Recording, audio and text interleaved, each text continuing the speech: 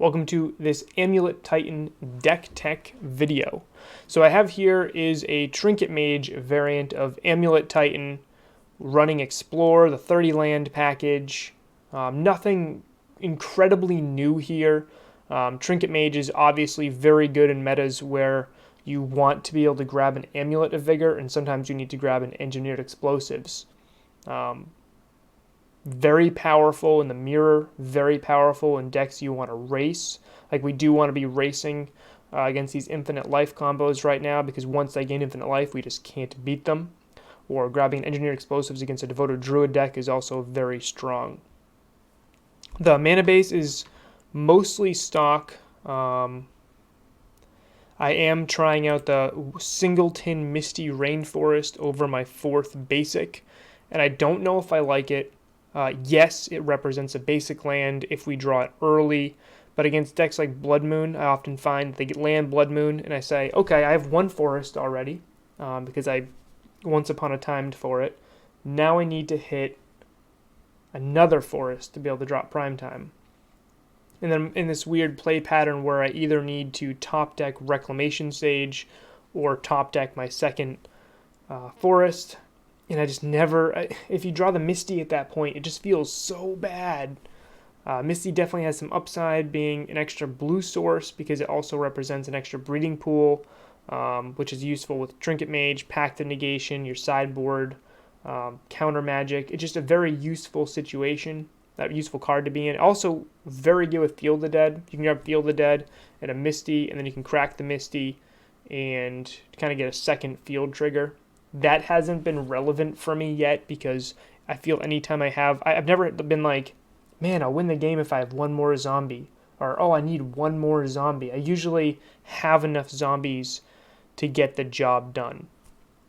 But it is an intriguing land. It is an intriguing addition to the Amulet Titan box. So Once Upon a Time obviously busted.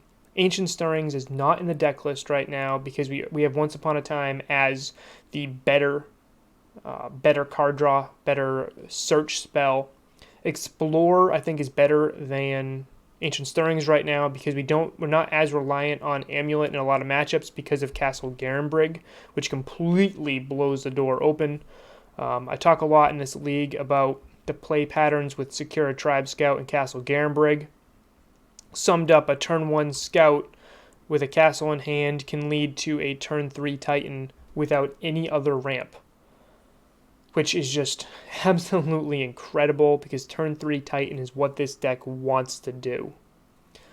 Let's look at the sideboard. Let's bring that up a little bit here. So I'll start with my removal package. I'm running 3 Dismembers. Some other Amulet lists have been running 2, but I think 3 is really important in the face of all these creature combo decks. I just think we absolutely need to be able to kill Devoted Druid. We need to be able to kill a Vizier and a Fenza. We just need to be able to react to instant speed to decks that are a little bit faster than us. Also really important against Infect. 2 Beast Within I think is very intriguing right now. Obviously it's Blood Moon. It can hit other people's, it can hit Tron lands, can hit Ashiok, which is a really big one here. Then we have the second Engineered Explosives for Swarm decks or a bunch of Artifact Enchantment decks. Like this, we want against Lantern, against humans. And Reclamation Sage is kind of a catch-all. This almost gets sided in every single match. Some people say, why don't you play it main board then? And you certainly can play Reclamation Sage main board. I know Dokes has been doing that for quite a bit and for quite a long time. I just don't think it's necessary. I board Reclamation Sage in because she hits most of my opponent's answers for me. So she hits my opponent's sideboard answers. So they bring in Damping Sphere, they bring in Blood Moon, right? I have Reclamation Sage to deal with those. If they don't have mainboard Blood Moon or mainboard Damping Sphere, then she's just sometimes a 3-mana 2/1.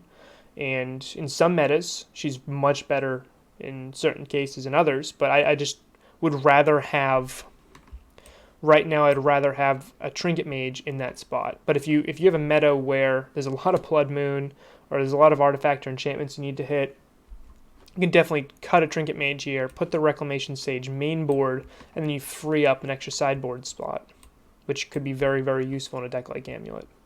because our sideboards are very, very good. I'm like, I want 30 cards in this sideboard. If you don't know the meta, it's very hard to sideboard for. For example, the counter magic package keeps shrinking, and then in metas where it gets important again, it gets very, very big. So the next card I want to go over is Walking Ballista. I haven't seen too many other Amulet lists running Walking Ballista right now. I think really good when it really can be really good in certain spots. Obviously, very good against Infect, very good against Death Shadow, very good against humans.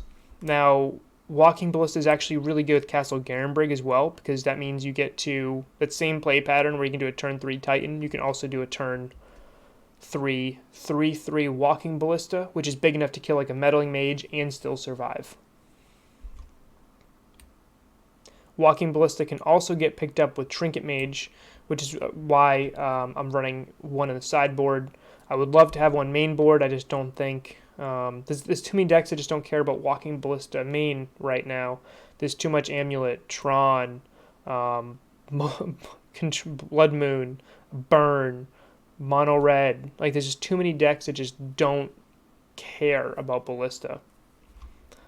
Grafdigger's Cage is really useful against those Kitchen Finks decks and Collected Company decks, while also being a card that can hit Dredge, which has gotten a lot better.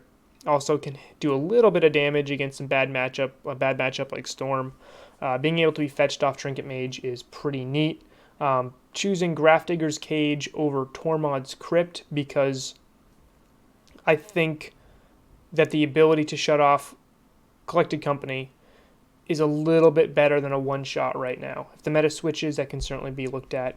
The second Cavern of Souls, my 31st land in the deck, is in the sideboard. I keep switching that out between field based on the matchup I expect. I think 2 fields main is better right now. Ramanop obviously is your way to recur lands. Tireless Tracker is just this mid-range threat that just can win the game. A Tireless Tracker and a Zeus and a bounce land can just generate 3 clues a turn. It's just an unreal value engine. Also really good against things like Ashiok, where your opponent might be thinking they shut you down, shut your threats down, and you can still generate this engine. Also really good if you're under some weird lock or something, you can just try to churn through, draw a ton of cards, and draw into an answer like a Beast Within if that's what you need. Baloth is obviously anti-Jund, anti-burn. The better anti-burn card would be a second Radiant Fountain, but because Baloth has so much useful applications outside of just one matchup, I think Baloth is a better card.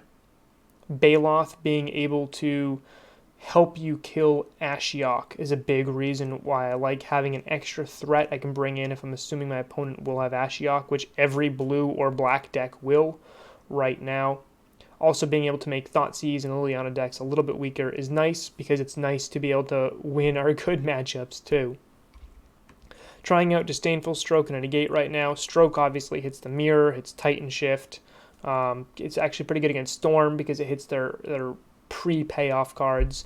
And Negate because I really want to be able to stop Blood Moon. And I've been seeing a lot of it right now. So that is the sideboard. That is the deck. Really interesting how we can do tiny little tweaks to an Amulet Titan deck and it completely changes the play patterns and dynamic of the entire league. That's one thing I absolutely love about Amulet Titan. I think it's a brewer's dream deck because you can just change, like I can just change this Ghost Quarter here for an extra Cavern and that completely changes the dynamic of my Tron matchup or the Mirror matchup, for example. And it could say I'm much better prepared against control if I'm expecting control meta, but I still had that access to that Ghost Quarter games 2 and 3 against the Tron matchup.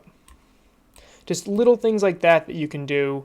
For example, I switched. I was running 2 caverns, 1 field. Now I'm in 2 field, 1 cavern because I don't think the cavern is as valuable as it was even just 2 weeks ago.